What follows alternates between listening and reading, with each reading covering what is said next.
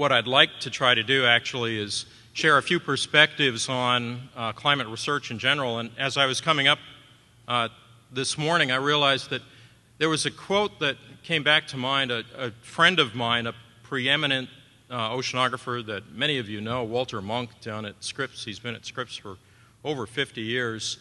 A while back was one of the first to use the statement that climate is what you want, weather is what you get.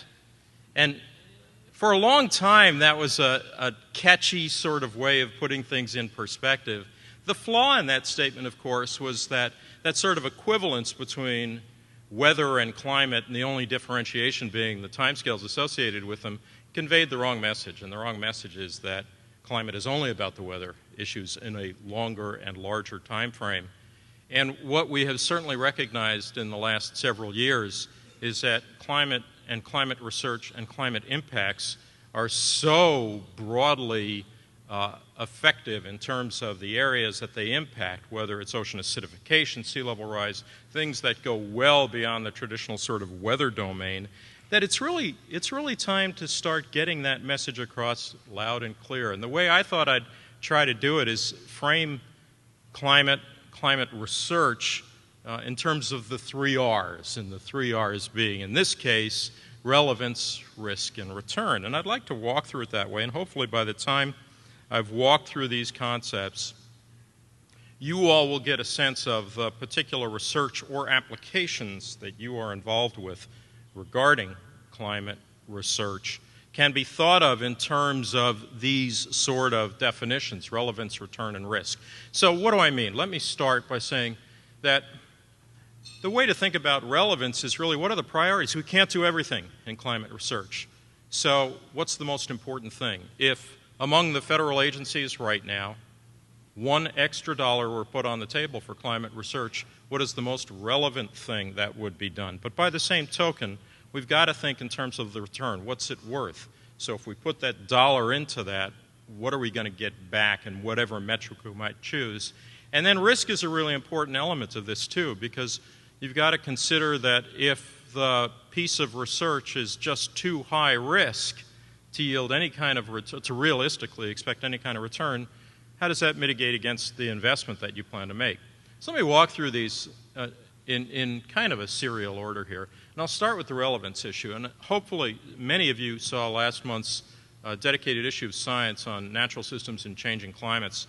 And my feeling was, the great news is it was published in Science, the preeminent journal of the scientific community. The bad news is it was published in Science, and that is that if you walk out on the street here in Portland, my guess is if you run into 10 people, 9 of them did not read this issue of Science. So how do you get this kind of information out? What struck me in particular, I've got a couple of slides here that I took directly from this particular issue, is that there is phenomenal information that gets right to the relevance. So, for example,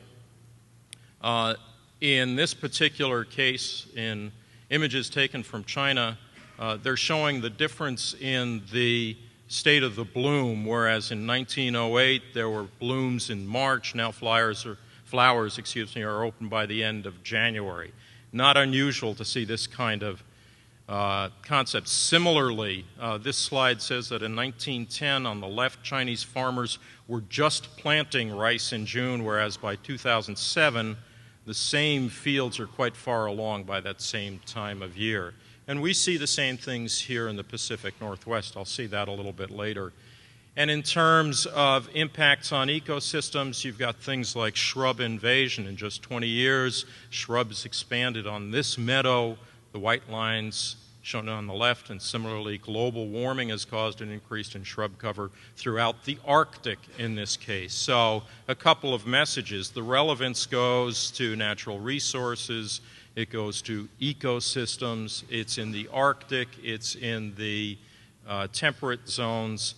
This kind of relevance message is a really important one. And again, my excitement and frustration was that these wonderful images and concepts were expressed in, bear with me, a rather esoteric venue, one that was not necessarily front and center with the public. So the relevance issue is one that requires us as researchers to be able to express what we're doing in these kinds of terms. And these powerful images are the sort of thing that really resonate with agricultural communities, natural resource managers, the public in general. Let me get into the issue of return, reward, return on the investment. So, here's your quiz. Do you recognize these individuals? This one here is Thomas Edison. This is Albert and Mileva Einstein, and I put her up there as well because, as many of you know, the information is emerging that she was actually as relevant and impactful in Einstein's development of the theory of relativity as he was. And this is Pasteur. So what's the point that I'm bringing to bear here? Let's just talk about each of these individuals first. What Edison did, of course, most notably, was take the understanding of the day and translate it to a real, meaningful application. The iconic light bulb and the patent that he developed associated with the electric lamp. Arguably, Thomas Edison added nothing to the scientific knowledge of the day, but he did extraordinary things in translating that knowledge to applications. Almost on the other side of the equation, literally and figuratively, are the Einsteins, whose work was so theoretical in nature and so fundamental in concept that people at the time thought this was really not all that impactful. It was other than in terms of enhancing our understanding of physics, but no real imaginable applications back in the very early stages of the 20th century. Pasteur was a rather remarkable individual in that he both advanced the fundamental understanding associated with microbiology as well as providing a real-world application that we now know as pasteurization. So where I'm going with this is that these three case studies have been used as the examples for what was called, about 20 years ago, the concept of Pasteur's quadrant. So think about this. Think about breaking up advances into two kind of independent criteria. The first is there use? Is there an application for this particular piece of work? And then along this axis, the vertical axis, is does this add to our fundamental understanding? So in one case, you could add to fundamental understanding but not really have any particular use for that, no obvious use. On the other side, there's no real new understanding that emerges, but you've got great applications for society. And of course, this upper quadrant here, which is called Pasteur's quadrant, is where you have use-inspired basic research that results in a great application. And when you think that way, to a great extent, this is where these individuals fit. Now, Thomas Edison did not add a lot to our scientific understanding of physics or electronics for that matter, but the light bulb was enormously useful.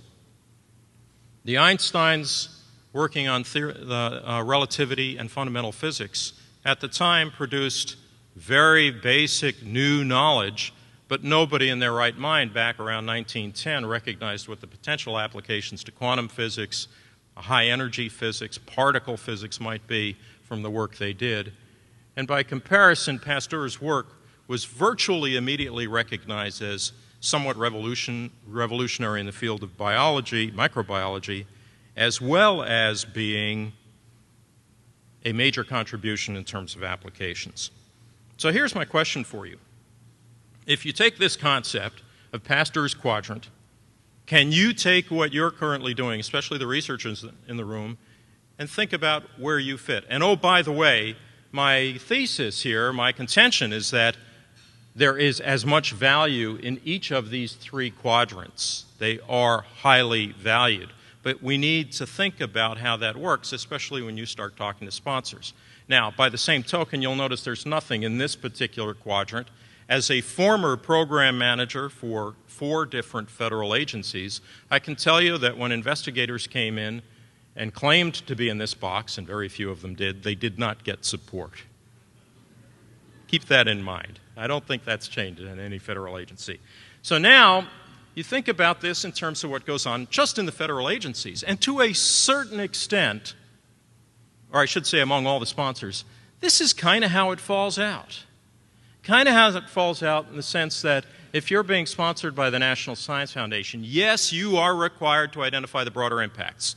They've even gone so far as to say that the broader impacts should be equivalent to the technical merit for that particular proposal. But by and large, NSF is about advancing our understanding, our basic understanding. You look at industry. Industry is less interested in advancing the understanding and more interested in the bottom line, in having a product that they can sell or license. So it's about applications. And then you look at what goes on in the mission-oriented agencies. And I've picked these three that I'm very familiar with. Mission agencies who have mission responsibilities. Many representatives of those agencies are here in the room. And I'd like to think that your goals, whether it's through the RESAs at NOAA, through the climate science centers at USGS, or the relatively new hubs at USDA, is to advance the understanding of climate and at the same time have a particular application for commerce, for resource management, for agricultural economics. So this is very relevant to what we do in climate research. And then the question, which really gets interesting, is what does that mean in terms of the subjects of research that we engage in the climate sciences? And once again, I point out that there's nothing in that lower left-hand corner as rightfully should be. So here's a concept that plays against that. In the climate research arena, one could argue that something like radiative transfer theory, of and by itself, is really an area for advancing understanding. But the direct application is a little bit weaker until you start saying, okay, but let's take radiative transfer theory and apply it to cloud physics. Now you're talking about something that has additional understanding and is going to provide a product, if you will, value in terms of something like climate predictions and projections. And that's where I would argue that's a wonderful application. I think every government agency in the room here relies on the climate predictions and projections and is less interested in the investment of the research of their own resources necessarily to advance that, except how other resources like investments in basic radiative transfer might work. Again, we can have an interesting discussion about this. We could have an argument about it, I suspect. But what I'm trying to do is to get you to think about how the research that's done fits into these kind of categories. And ultimately, what I'm going to get at, especially when I start talking about risk here in a minute, is how do we prioritize what needs to be done? So there's not a simple, single equation that gets us there. It partly depends on whose money are we spending. And in order to understand that, you need to think in terms of what the mission of that sponsor is. Let's talk about this other aspect of risk, though. So the business of risk really can be defined similarly in terms of, if you will, a matrix approach. And by definition, risk is probability times consequences. I'm a New Yorker. I grew up in New York. From the age I could walk, I learned how to jaywalk. New Yorkers jaywalk. And the reason why you jaywalk in New York is because you conduct a risk analysis. And you say that if I take a chance walking across, say, a back street, the probability of getting hit by a car is relatively low, and the consequences are low because they're not going that fast. If I decide to jaywalk on Broadway in New York during rush hour, the probability is higher. I was going to say the cars are going faster, but they're really not, but the probability is higher I'll get hit. You got to look at that balance. You wouldn't jaywalk across I-5, you might jaywalk across a street here in Portland. No, you wouldn't jaywalk in Portland because you'll get caught. But the point is you got to look at probability and consequences to understand risk. And when I talk about consequences in this context, especially talking to an audience like this about climate research, the consequences are meant to be global consequences. So think in those terms. The other axis here is uncertainty. If you invest in a piece of research in this area, are you reducing the uncertainty at all? So the uncertainty associated with the temperature, global temperature increase, atmospheric temperature increase, lower atmosphere by the end of this century, if you're going to reduce the uncertainty down to less than 0.1 degrees centigrade, how much is that worth? Is that worth undertaking that effort? And again, you can see when you start thinking this way, obviously this lower left-hand corner where you're not doing anything to reduce risk by that research investment, and the uncertainty is not going to be reduced that much. The only thing you may want to do is maintain a targeted investment in there. Now, on the other hand, there are areas where research investments can reduce the risk considerably even while you're not reducing uncertainty that much. Similarly, the risk may not change, but the uncertainty will be lowered, and I'll give you some examples here. And then this area here where there's really going to be high payoff is where you want to reduce the uncertainty and the risk. Now you can start to see where I'm going.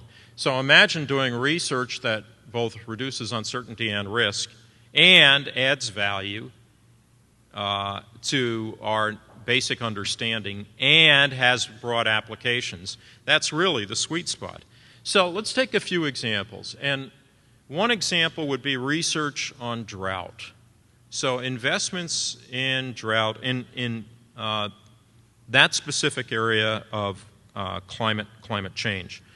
Think about investments in long-term weather forecasts, longer than the traditional 5 days. Think about investments in hurricane forecast. And then the last example I've got is think about investments in tsunami forecast. And here's my second conjecture for the day. My conjecture is that's where these kinds of research investments fit. And I would argue that, for example, if you invest in improving the 5-day forecast to a 7-day forecast, you're not doing a whole lot to reduce uncertainty. You may do something to reduce risk by giving people a little bit more lead time. On the other hand, one of the areas where we've got biggest opportunities to reduce uncertainty is in the intensity forecasts for hurricanes. Track has made a lot of progress. You look at how improvements in uncertainty and track of hurricanes has improved. It's considerable, but the uncertainty associated with the intensity forecast for hurricanes has a lot of room to move. On the other hand, removing that uncertainty does not necessarily change a lot of the risk globally. And I would argue, and this always gets me in trouble, especially with my colleagues at Oregon State who specifically work on tsunami forecasts, if you live in Indonesia, if you live in the Banda region of Indonesia, you're going to want to invest in tsunami forecast capabilities. Remember, what I'm talking about is the global risk and the global uncertainty. And in a global scheme, that's not an area where a lot of investment will result in a lot of risk reduction and a lot of uncertainty reduction. By that comparison, climate research writ large does. I would argue just about any investment in climate research in any area, I've happened to pick the drought case here, is going to reduce the uncertainty and is going to reduce the risk. And that's a fundamental change from where we were a few years ago, where I think people really thought locally and acted locally, especially in terms of climate research. And what we now understand, obviously, with teleconnections and research associated with the linkage between global, regional, and local climate modeling is that you can't do this in an isolated way. You've got to embed the local and regional modeling efforts into the global climate models, and that's how you're going to reduce uncertainty and risk. So from all of this, hopefully what you've gotten is a sense that if you take the Pasteur's quadrant approach and think about where that research fits, and oh, by the way, what is it that the person who's sponsoring that research or who is most interested in the outcomes of that research wants? Do they want a basic understanding? And that may be the case if you're hiring faculty and you want to bring in somebody who will add knowledge and add prestige to the institution. You may be after investigators that are working here.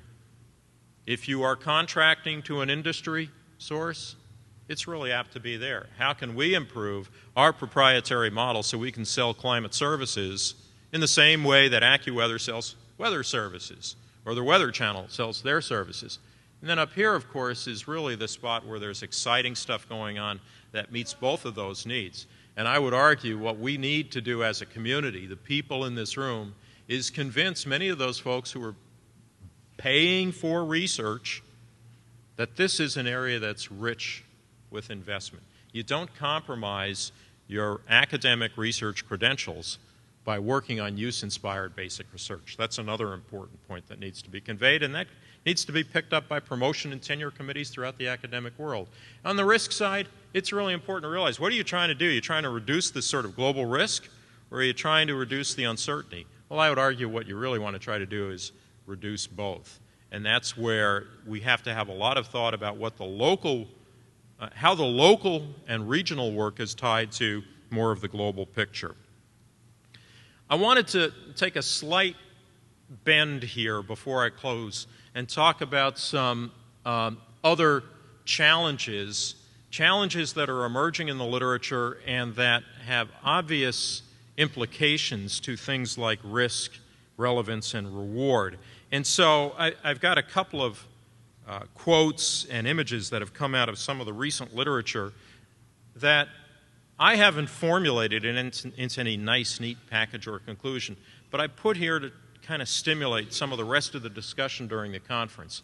So, for example, Marcia McNutt, who stepped down just recently as the director of the U.S. Geological Survey and now is editor-in-chief of Science, had a great quote in a recent issue of Science where you all can read. I'm not going to read this out loud to you, except to point out that the main point is this cumulative impact of effects. And she uses the cumulative impacts of hypoxia, of ocean acidification. She could have thrown in temperature increase, sea level rise.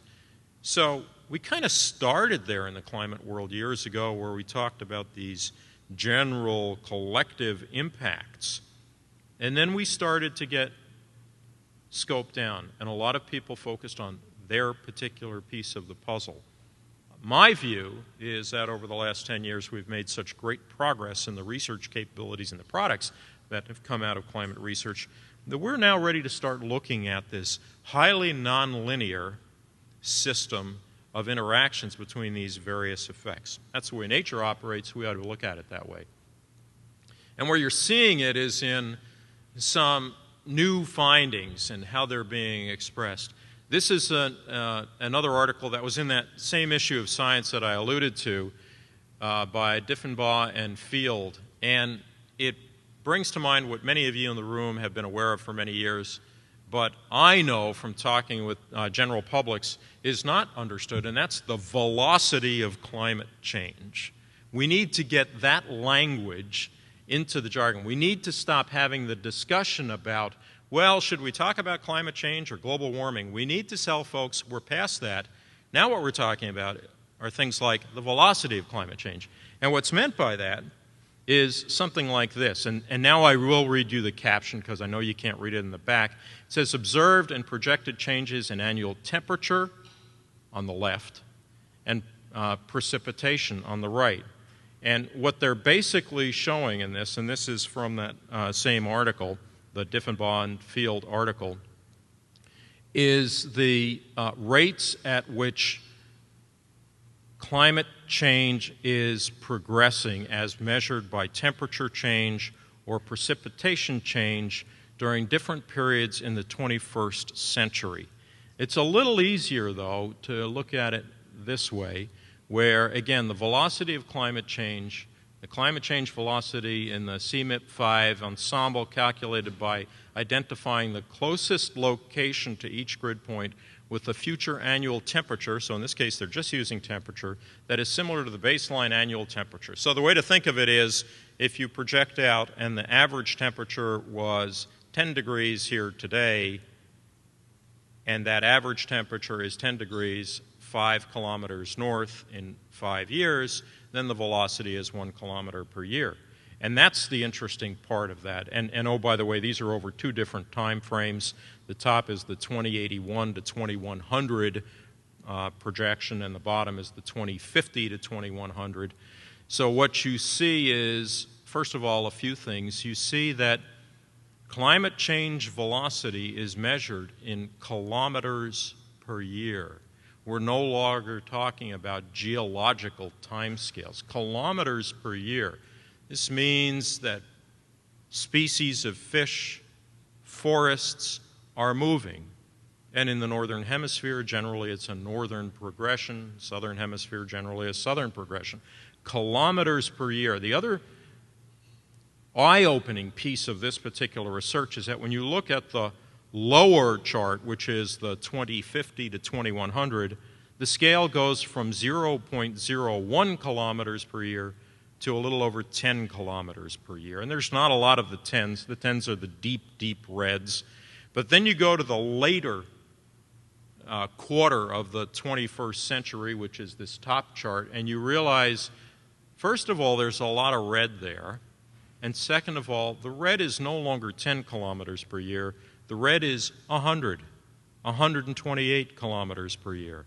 So this concept is one that, first of all, should get to the relevance. These are our lifetimes, folks. These are our lifetimes in which this kind of change is going to occur. So if you live 80 to 100 years, you're going to see movement of whole forests, if you will, speciations, by on the order of 50 to 100 kilometers. Measurable, relevant kinds of impacts for agriculture, for forestry, for water, for fisheries. Fascinating new concepts.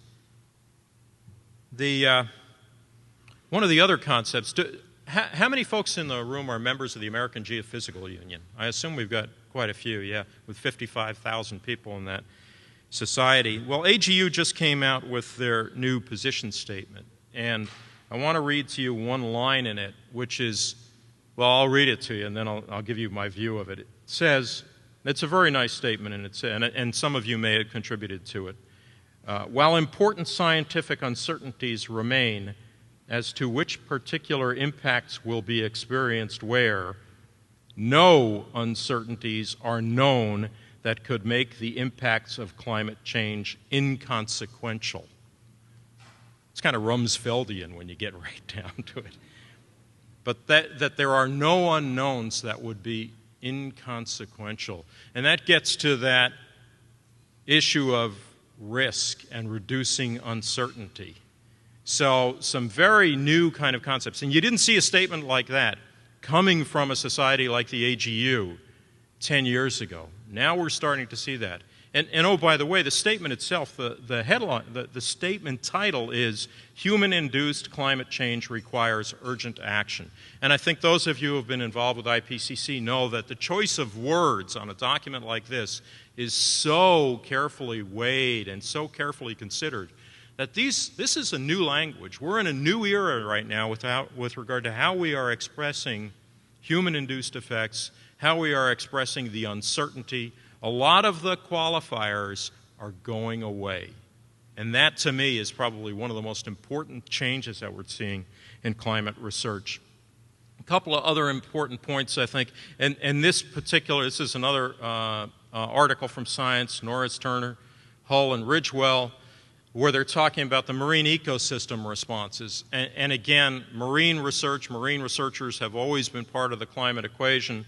But now, as Marcia McNutt indicated in her editorial, we're starting to see these conglomerated discussions, changing temperatures and ocean acidification, together with rising sea levels and shifts in ocean productivity, and they may as well have thrown in changes in ocean currents and winds and upwelling, will keep marine ecosystems in a state of continuous change for 100,000 years. That's pretty amazing, because a lot of the discussion to date has been about these sort of modes of ecosystems. But this suggests we're not going to fall into a stable mode in the marine ecosystems for eons. And this is just the sort of graphical depiction which I put up here because this starts to get there. And again, this was in Science, so it's not apt to show up in The Economist or Newsweek or on the Jon Stewart Daily Show. But we need to get to a place where concepts like this are being expressed to the public in terms that are immediately understandable. And so simplifying some of the concepts in these graphic images of how the world is now and how it will be in the future in terms of acidification, stratification. We've got orcas here. We don't have orcas there. We're going to have orcas there. We've got to be pretty simple here about how we explain that. A couple other interesting concepts, obviously, with the administration's climate plan, there are whole sectors that are starting to look at implications. What is our role in working with that community? I had the pleasure last week to visit the National Energy Technology Lab, both of them on the East Coast, in Pittsburgh and in Morgantown. These are organizations that have been working in fossil energy for years and years. And their argument is that fracking is here to stay, and that fossil energy, while going away, won't go away for 50 years. So my question is, if you've got that, and you've got information like this, older coal plants emitting 2,500 pounds per megawatt hour, and plant owners have announced plans to eliminate 50 gigawatts of the 300 gigawatts by 2025, obviously the administration and the policies of the administration are having a direct impact on the industry. What is the piece of research that is most relevant and most valuable in light of this? The industry is not waiting for the studies, further studies now. They are making decisions. How can we help with those decisions, and how can we help interpret those decisions? And oh, by the way, while I'm on it in terms of changes, here's the real scary one. I have yet to meet a climate modeler who does not need more computational power. And that's a truism based on the fact that we are seeing continuing improvements in both the parameterization capability and in the resolution of those models. And yet, we keep having bigger and bigger challenges associated with the data that are emerging. And incidentally, I like the fact that we are now, I believe, past the debate about whether climate model outputs can be considered data. I believe they can. And when you look at that, you realize that the whole paradigm that we've operated under for years and years and years with respect to publicly supported data is broken. And it's reflected in this essay, again from Science, by none other than Vint Cerf and Francine Berman. And the green part there that's a little hard to read says, when economic models and infrastructure are not in place to ensure access and preservation, federally funded research data are at risk. And some great quotes in here. Homeless data, quickly become no data at all. Much of our federally funded research data are at risk with no long-term viable economic model. Federal R&D agencies are unlikely to allocate enough resources to support federally funded research data. That's a truism also. There's nothing new there. That's always been the case. How are we going to deal with that? This penultimate bullet is a little bit scary in that Google, 5 years ago, announced it would begin to support open source scientific data, and that within a year they shut that project down because it didn't make business sense. And now, here's the light, I think, at the end of the tunnel. It's this last quote. Imagine supporting the National Virtual Observatory, which is astronomy data, from telescope advertisements or paying a small download fee for data from digital marine collections in the same way we download music from the internet. You may not like that. Program managers may not like that.